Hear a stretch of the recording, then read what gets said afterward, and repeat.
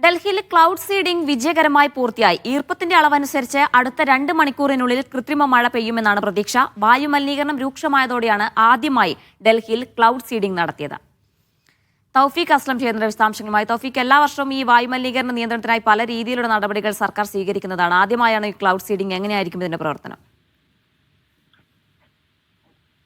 അജീന, ഇന്ന് ഉച്ചയോടുകൂടിയാണ് IIT കാൺപൂരിൽ നിന്നുള്ള വിമാനം ഉപയോഗിച്ചുകൊണ്ട് ക്ലൗഡ് സീഡിംഗ് നടത്തിയതായിട്ട് ഇപ്പോൾ ഡൽഹി സർക്കാർ അറിയിച്ചിരിക്കുന്നത്. ഈർപ്പത്തിന്റെ അളവനുസരിച്ച് അടുത്ത 2 മണിക്കൂറിനുള്ളിൽ മഴയുണ്ടാകുമെന്നാണ് പ്രതീക്ഷയെന്ന് കൂടി ഡൽഹി സർക്കാർ അറിയിച്ചിട്ടുണ്ട്. ഇതുവരെയും മഴ പെയ്തതായിട്ടുള്ള വിവരങ്ങൾ ഒരിടത്തു നിന്ന് റിപ്പോർട്ട് ചെയ്തിട്ടില്ല. ഉടൻ തന്നെ ഉണ്ടാകുമെന്നാണ് ഡൽഹി സർക്കാർ ഉൾപ്പെടെ പ്രതീക്ഷിക്കുന്നത്. അന്തരീക്ഷ മലിനീകരണം വളരെ ഗുരുതരമായ നിലയിലാണ് ഡൽഹിയിലുള്ളത്. അതുകൊണ്ടാണ് ഇപ്പോൾ ക്ലൗഡ് സീഡിംഗിലേക്ക് ഡൽഹി സർക്കാർ പോയത്. എല്ലാ വർഷവും ഇത്തരത്തിൽ വായുമലിനീകരണം ഉണ്ടാവാറുണ്ട്. കഴിഞ്ഞ തവണ ആം ആദ്മി സർക്കാരായിരുന്നു. ആം ആദ്മി സർക്കാർ നിരവധി തവണ ക്ലൗഡ് സീഡിംഗ് നടത്തണമെന്ന് കേന്ദ്രത്തോട് ആവശ്യപ്പെട്ടിരുന്നെങ്കിലും അതിന് കേന്ദ്രം അനുമതി കൊടുത്തിരുന്നില്ല. ഇപ്പോൾ നിലവിൽ BJP സർക്കാരായപ്പോൾ ക്ലൗഡ് സീഡിംഗിനെ വളരെ പെട്ടെന്ന് അനുമതി നൽകുകയും ഇപ്പോൾ അത് നടത്തിയിരിക്കുകയുമാണ്. ഇനിയിപ്പോൾ മഴ പെയ്യുമോ ഇല്ലയോ എന്നുള്ളതാണ് നോക്കേണ്ടത്. ആവശ്യമായിട്ടുള്ള എല്ലാ നടപടികളും സ്വീകരിച്ചതായിട്ട് ഇപ്പോൾ സർക്കാർ അറിയിച്ചിട്ടുണ്ട്. എത്രയും വേഗം മഴ ഉണ്ടാകുമെന്നുള്ള പ്രതീക്ഷയാണുള്ളത്.